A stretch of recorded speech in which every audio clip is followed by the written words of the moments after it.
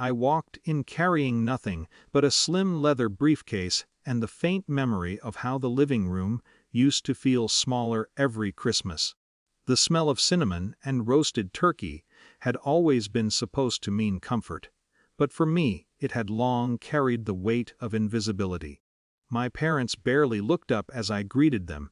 The chairs seemed arranged to keep me on the margins, like an afterthought in a photograph that never fully developed. I moved through the room quietly, shaking hands with relatives whose faces I remembered but whose attention never lingered. Small smiles, nods, polite but perfunctory.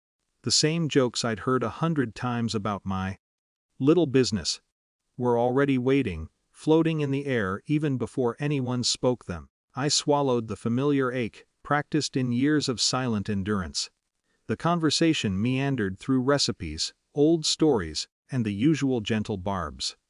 My brother laughed louder than necessary when someone mentioned my work, as though the sound itself could erase the reality that I'd been quietly building a life outside this living room, outside their assumptions. I could feel the familiar itch of defensiveness, but I ignored it. I'd spent decades learning that this family didn't notice me unless I performed their version of worth. I opened my mouth to say something simple, factual, nothing dramatic. "I sold my company," I said, almost in passing, as if mentioning the weather. There was a pause. Then my mother, glancing up from the mashed potatoes, squinted. "Your little, worthless business. For how much?" Her tone was still that same old disbelief, the undercurrent of judgment that had marked every discussion of my career since I was 20. My brother laughed. It was the laugh I knew too well, the one that used to puncture every attempt I made to show competence, every presentation or achievement. I let him finish, let the air settle. Then I said quietly, almost mechanically, 170 million, silence. It didn't erupt into applause. No one jumped up or shouted. The laughter stopped mid-note. My brother's jaw fell subtly, his eyes flicking from me to the wall and back, uncertain how to recalibrate. My mother's face went pale, the corners of her mouth tightening as if trying to form words that wouldn't come. A phone on the counter rang, and my father answered. The voice on the other end mentioned closing documents, legal formalities, and transfer confirmations. Polite, professional, firm. I noticed the shift immediately. The company's achievement was now anchored in authority outside of our small, insulated living room. Someone with institutional weight confirmed what I'd been quietly accomplishing for years. For a brief moment, the power dynamics flip. Not with theatrics, not with yelling or humiliation, but with a quiet certainty that had nothing to do with ego. The external world recognized me in a way my family never had.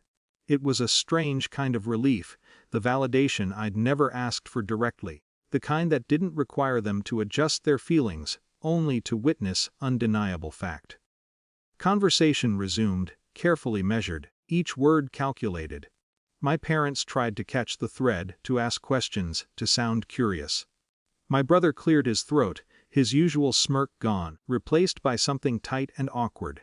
No one apologized, no one celebrated. The room hummed with the discomfort of realizing that the old hierarchy had quietly shifted under their noses, and there was nothing theatrical about it. I didn't feel triumphant. There was no joy to savor, no gloating to indulge. I felt steady, a calm acknowledgement that years of subtle neglect did not define my worth. My success had been my own, their recognition, however belated, was unnecessary for me to feel complete. By the end of the night, the rituals continued, the holiday routines carrying on with only a slight, imperceptible change in tone. I noticed it, and I didn't have to say anything. I left without fanfare, carrying only my coat and the quiet satisfaction that the world outside this house, the authority I couldn't control but could earn, had finally mirrored the reality I had built. Walking to my car, the snow crunching underfoot, I thought of all the years I'd spent trying to be seen on their terms. None of it mattered now. Recognition had come from elsewhere, subtle, controlled, undeniable. And for the first time in decades, I didn't feel invisible, not even for a moment.